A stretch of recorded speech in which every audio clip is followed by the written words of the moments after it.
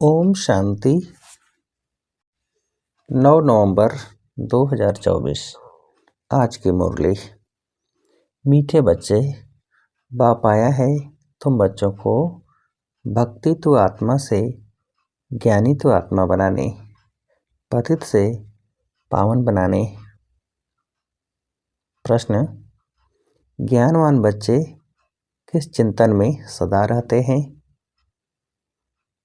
उत्तर: मैं अविनाशी आत्मा हूँ, यह शरीर विनाशी है।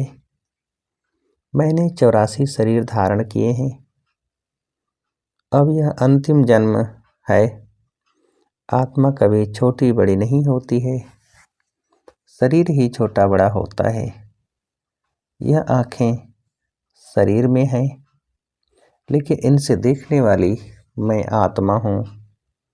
बाबा आत्माओं को ही ज्ञान का तीसरा नेत्र देते हैं, वह भी जब तक शरीर का आधार न ले तब तक पढ़ा नहीं सकते। ऐसा चिंतन ज्ञानवान बच्चे सदा करते हैं। ओम शांति। यह किसने कहा? आत्मा ने। अविनाशी आत्मा ने कहा शरीर द्वारा। शरीर और आत्मा में कितना फर्क है। शरीर 5 तत्वों का इतना बड़ा पुतला बन जाता है। बल छोटा भी है तो भी आत्मा से तो जरूर बड़ा है। पहले तो एकदम छोटा पिंड होता है, जब थोड़ा बड़ा होता है तब आत्मा प्रवेश करती है। बड़ा होते होते फिर इतना बड़ा हो जाता है। आत्मा तो चैतन्य है ना। जब तक आत्मा प्रवेश न करे तब तक पुतला कोई काम का नहीं रहता है। कितना फर्क है। बोलने चालने वाली भी आत्मा ही है। वह इतनी छोटी सी बिंदी ही है, वह कभी छोटी बड़ी नहीं होती, विनाश को नहीं पाती। अब यह परमात्मा बाप ने समझाया है कि मैं अविनाशी हूँ और यह शरीर विनाशी है। उनमें मैं प्रवेश कर पार्ट बजाता हूँ। यह बातें तुम अभी चिंतन में लाते हो। आगे तो न आत्मा को जानते थे न परमात्मा को जानते थे। सिर्फ कहने मात्र कहते थे कि हे परमपिता परमात्मा। आत्मा भी समझते थे, परंतु फिर कोई ने कहा तुम परमात्मा हो। यह किसने बतलाया? इन भक्ति मार्ग के गुरुओं और शास्त्रों ने। सतयुग में तो कोई बतलाएंगे नहीं। अभी बाप ने समझाया है, तुम मेरे बच्चे हो। आत्मा नेचुरल है, शरीर अननेचुरल मिट्टी का बना हुआ है। जब आत्मा है तो बोलती चालती है। अभी तुम बच्चे जानते हो, हम आत्माओं को बाप आकर समझाते हैं। निराकार शिव बाबा इस संगम युग पर ही इस शरीर द्वारा आकर सुनाते हैं। यह आंखें तो शरीर में रहती ही है। अभी बाप ज्ञान चक्षु देते हैं। आत्मा में ज्ञान नहीं है तो अज्ञान चक्षु है। बाप आते हैं तो आत्मा को ज्ञान चक्षु मिलते हैं। आत्मा ही सब कुछ करती है। आत्मा कर्म करती है शरीर द्वारा। अभी तुम समझते हो बाप ने यह शरीर धारण किया है। अपना भी राज बताते हैं। सृष्टि के आदि मध्य अंत का राज भी बताते हैं।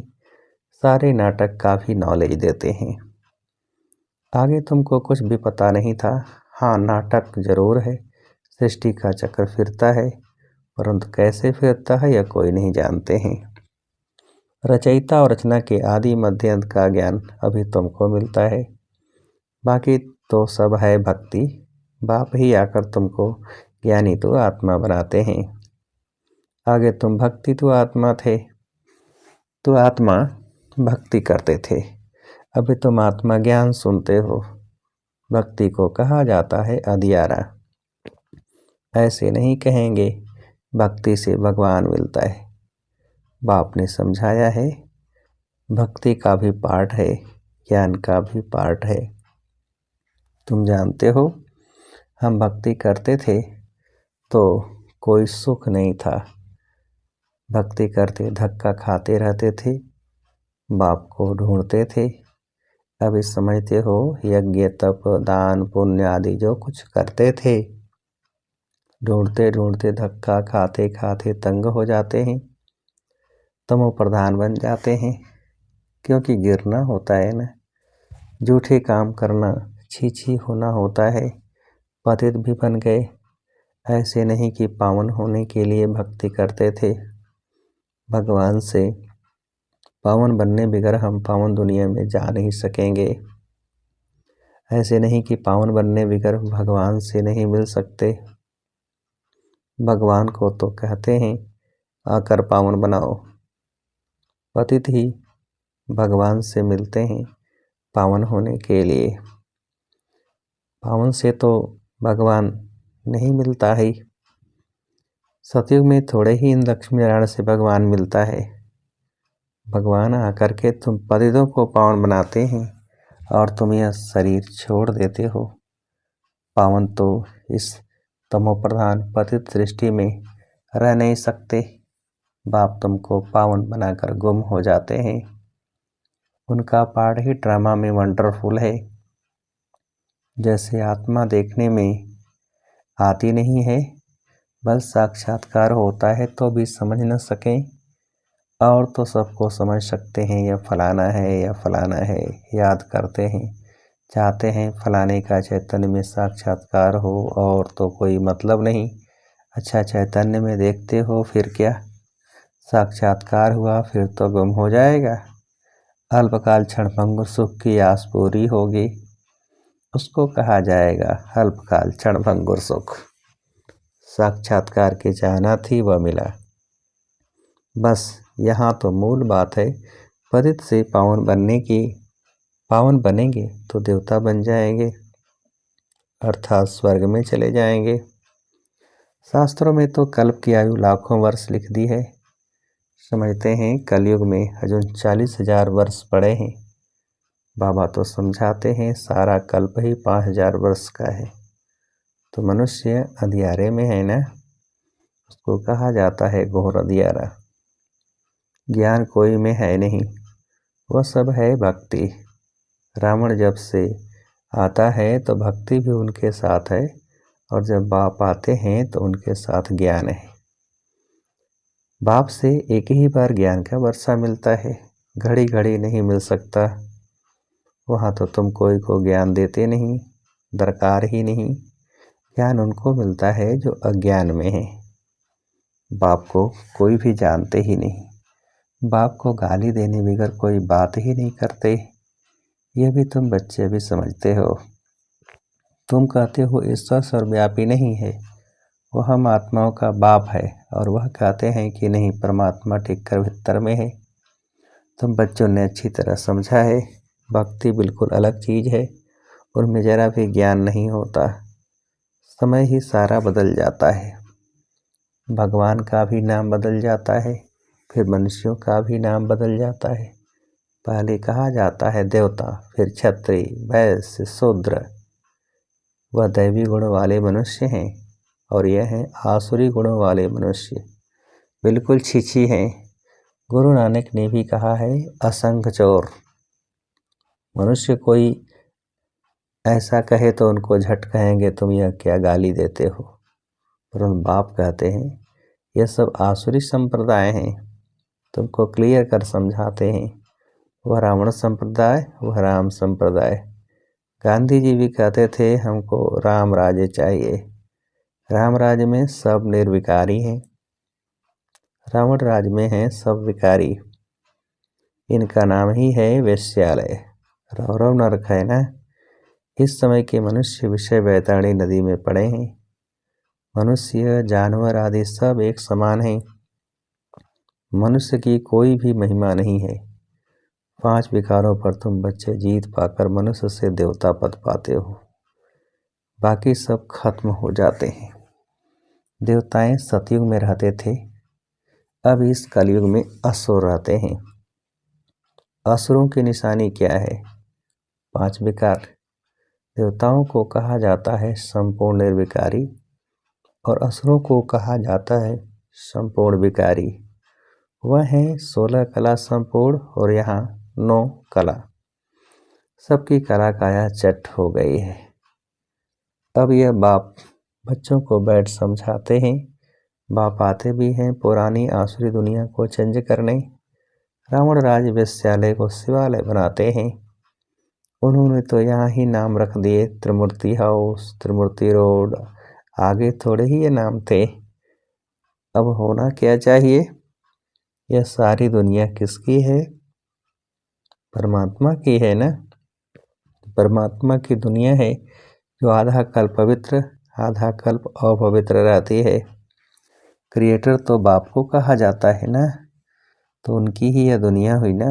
बाप समझाते हैं मैं ही मालिक हूँ, मैं बीज रूप चैतन्य ज्ञान का सागर हूँ। मेरे में सारा ज्ञान है और कोई में नहीं। तुम समझ सकते हो इस सृष्टि चक्र के आदि मध्य अंत का नॉलेज बाप में ही है। बाकी तो सब हैं गपोड़े। मुख्य गपोड़ा बहुत खराब है जिसके लिए बाप बुलाना देते हैं। तो मुझे ठिक्कर भित्तर कुत्ते बिल्ली में समझ बैठे हो। तुम्हारी क्या दुर्दशा हो गई है। नई दुनिया के मनुष्यों और पुरानी दुनिया के मनुष्यों में रात दिन का फर्क है। आधा कल्प से लेकर अपवित्र मनुष्य पवित्र देवताओं को माथा टेकते हैं। ये भी बच्चों को समझाया है। पहले पहले पूजा होती है शिव बाबा की, जो शिव बाबा ही तुमको पुजारी से पूज्य बनाते हैं। रावण तुमको पूज्य से पुजारी बनाते हैं। फिर बाप ड्रामा प्लान अनुसार तुमको पूज्य बनाते हैं। रावण आदि यह सब नाम तो है ना। दशहरा जब मनाते हैं तो कितने मनुष्यों को बाहर से बुलाते हैं, परंतु अर्थ कुछ नहीं समझते। देवताओं की कितनी निंदा करते हैं। ऐसी बातें तो बिल्कुल है नहीं। जैसे कहते हैं ईश्वर नाम रूप से न्यारा है अर्थात नहीं है, वैसे यह जो कुछ खेल आदि बनाते हैं वह कुछ भी है नहीं। यह सब है मनुष्यों की बुद्धि। मनुष्य मत को आसुरी मत कहा जाता है। यथा राजा रानी तथा प्रजा सब ऐसे बन जाते हैं। इनको कहा ही जाता है डेविल वर्ल्ड। सब एक दो को गाली देते रहते हैं। तो बाप समझाते हैं बच्चे जब बैठते हो तो अपने को आत्मा समझ बाप को याद करो। तुम ज्ञान में थे तो परमात्मा को ऊपर में समझते थे। अभी तो जानते हो बाप यहाँ आया हुआ है तो तुम ऊपर में नहीं समझते हो। तुमने बाप को यहाँ बुलाया है इस तन में। तुम जब अपने अपने सेंटर्स पर बैठते हो तो समझेंगे शिव बाबा मधुबन में इनके तन में है। भक्ति मार्ग में तो परमात्मा को ऊपर में मानते थे। हे भगवान, अभी तुम बाप को कहाँ याद करते हो? क्या बैठकर करते हो? तुम जानते हो ब्रह्मा के तन में है तो जरूर यहाँ याद करना पड़ेगा। ऊपर में तो है नहीं, यहाँ आया हुआ है। पुरुषोत्तम संगम युग पर बाप कहते हैं तुमको इतना ऊंच बनाने मैं यहाँ आया हूँ। तुम बच्चे यहाँ याद करेंगे, भक्त ऊपर में याद करेंगे। तुम भल विलायत में होंगे तो भी कहेंगे ब्रह्मा के तन में शिव बाबा है। तन तो जरूर चाहिए ना। कहाँ भी तुम बैठे होंगे तो जरूर यहाँ याद करेंगे। ब्रह्मा के तन में ही याद करना पड़े। कई बुद्धिहीन ब्रह्मा को नहीं मानते हैं। बाबा ऐसे नहीं कहते ब्रह्मा को याद न करो। ब्रह्मा बिगर शिव बाबा कैसे याद पड़ेगा? बाप कहते हैं मैं इस तन में हूँ, इसमें मुझे याद करो। इसलिए तुम बाप और दादा दोनों को याद करते हो। बुद्धि में यह ज्ञान है इनकी अपनी आत्मा है। शिव बाबा को तो अपना शरीर नहीं है। बाप ने कहा है मैं इस प्रकृति का आधार लेता हूँ। बाप बैठ सारे ब्रह्मांड और सृष्टि के आदि मध्यंत का राज समझाते हैं और कोई ब्रह्मांड को जानते ही नहीं। ब्रह्म जिसमें हम और तुम रहते हो, सुप्रीम बाप नॉन सुप्रीम आत्माएं रहने वाली उस ब्रह्मलोक शांति धाम की हैं। शांति धाम बहुत मीठा नाम है। यह सब बातें तुम्हारी बुद्धि में है। हम असुल के रहवासी ब्रह्म महातत्व के हैं, जिसको निर्वाण धाम वानप्रस्थ कहा जाता है। यह बातें अभी तुम्हारी बुद्धि में है। जब भक्ति है तो ज्ञान का अक्षर नहीं। इनको कहा जाता है पुरुषोत्तम संगम योग, जबकि चेंज होती है। पुरानी दुनिया में असुर रहते हैं, नई दुनिया में देवताएं रहते हैं, तो उनको चेंज करने के लिए बाप को आना पड़ता है। सतयुग में तुमको कुछ भी पता नहीं रहेगा। अभी तुम कलयुग में हो तो भी कुछ पता नहीं है। जब नई दुनिया में होंगे तो भी इस पुरानी दुनिया का कुछ पता नहीं होगा। अभी पुरानी दुनिया में हो तो नई दुनिया का मालूम नहीं है। नई दुनिया कब थी पता नहीं, वह तो लाखों वर्ष कह देते हैं। तुम बच्चे जानते हो, बाप इस संगम युग पर ही कल्प कल्प आते हैं, आकर इस वैरायटी झाड़ का राज समझाते हैं, और यह चक्र कैसे फिरता है वह भी तुम बच्चों को समझाते हैं। तुम्हारा धंधा ही है यह समझाने का। अब एक एक को समझाने से तो बहुत टाइम लग जाए, इसलिए अभी तुम बहुतों को समझाते हो। बहुत समझते हैं। यह मीठी मीठी बातें फिर बहुतों को समझानी है। तुम प्रदर्शनी आदि में समझाते हो ना। अब शिव जयंती पर और भी अच्छी रीति बहुतों को बुलाकर समझाना है।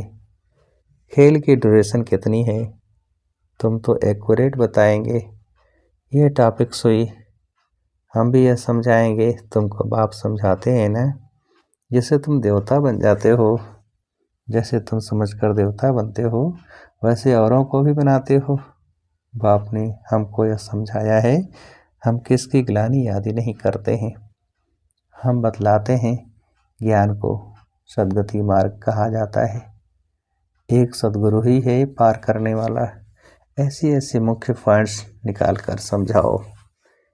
यह सारा ज्ञान बाप के सिवाय कोई दे नहीं सकता है। अच्छा, मीठे मीठे से खेलते बच्चों प्रति माता पिता बाप दादा का याद प्यार और गुड मॉर्निंग। रूहानी बाप की रूहानी बच्चों को नमस्ते। हम रूहानी बच्चों की रूहानी बाप को नमस्ते।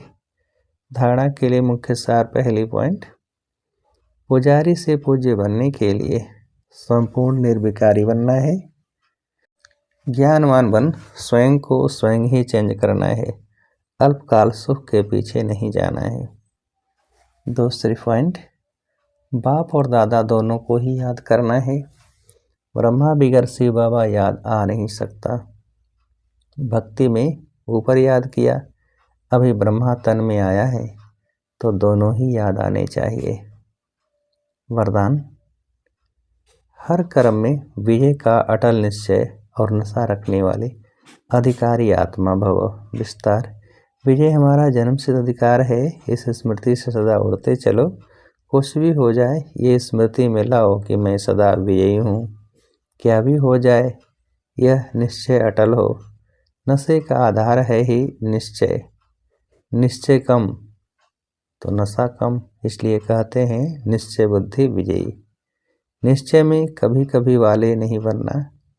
अविनाशी बाप है तो अविनाशी प्राप्ति के अधिकारी बनो।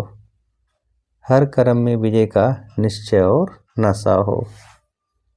स्लोगन, बाप के स्नेह की छत्रछाया के नीचे रहो तो कोई भी विघ्न ठहर नहीं सकता। बाप के स्नेह की छत्रछाया के नीचे रहो तो कोई भी विघ्न ठहर नहीं सकता। अच्छा, ओम शांति।